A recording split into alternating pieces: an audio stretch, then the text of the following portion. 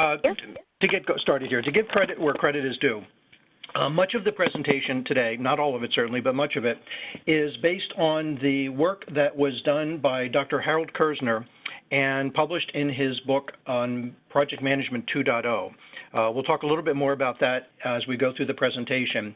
And again, much of the presentation is from the book called Project Sponsorship by David West, a book I highly recommend to anyone who is either interested in understanding the role of the project sponsor, or perhaps more importantly, has the role of project sponsor and wants to understand more fully what that role means.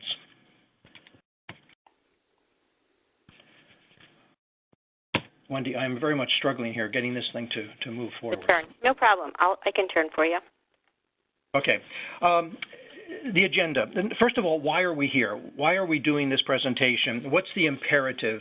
And we'll talk quite a bit about the important role of the project sponsor in ensuring the success of any project.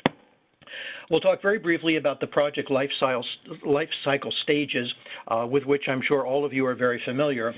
But then we'll get into more detail about the roles and responsibilities of the project sponsor, and then specifically the sponsor's role and responsibilities during project governance, which is project selection, project planning, project execution, and then finally, briefly, project closure.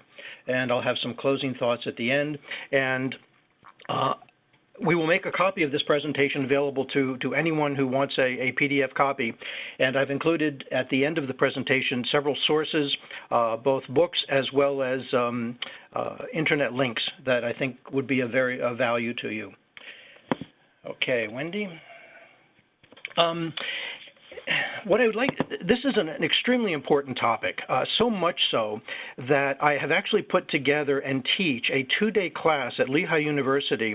It's a certificate program in their executive education program, specifically on project sponsorship.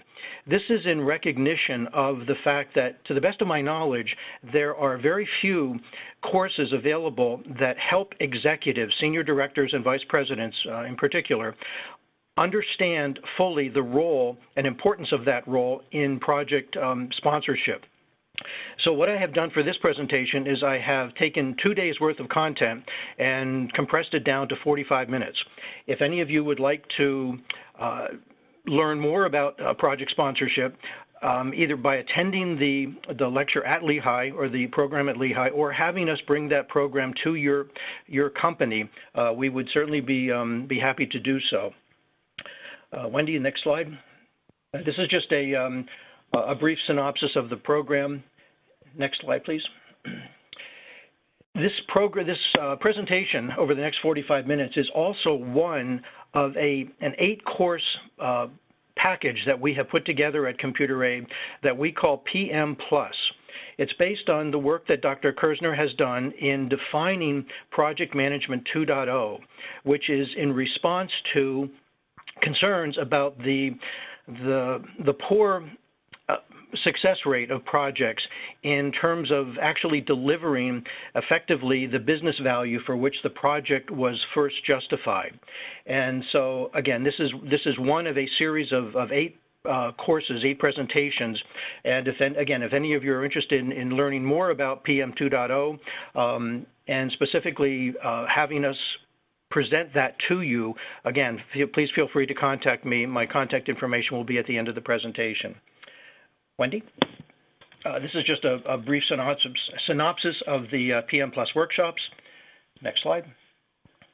And here is a list of the 8 presentations. And again, we can talk about that in more detail. This presentation is really one of an element of project governance as well as an element of project leadership. Okay? So why are we here? Next slide. It is true that the only way that a company or an institution or an organization can survive is by changing, is by evolving, by growing. And the only way that growth occurs, the only way that change occurs is through projects. And as it says here, by reinventing project management, the next untapped candidate for significant improvement in a company's pursuit of competitiveness is the project activity of the organization. So what we're trying to do is ensure that when you start a project, a project that is fully justified in the sense that it supports the strategic objectives of the organization, that project is successful. And by success, we mean that it actually delivers the business value for which the project was justified. Wendy? This, I think, is an extremely important quotation. By 2025, senior leaders and managers will spend at least 60% of their time selecting, prioritizing, and overseeing the execution of projects. In the very near future, much of the role of managers and executives will involve overseeing projects. And unfortunately, again, to the best of our knowledge, there's very little education available for senior managers, for executives, in terms of understanding exactly what that means.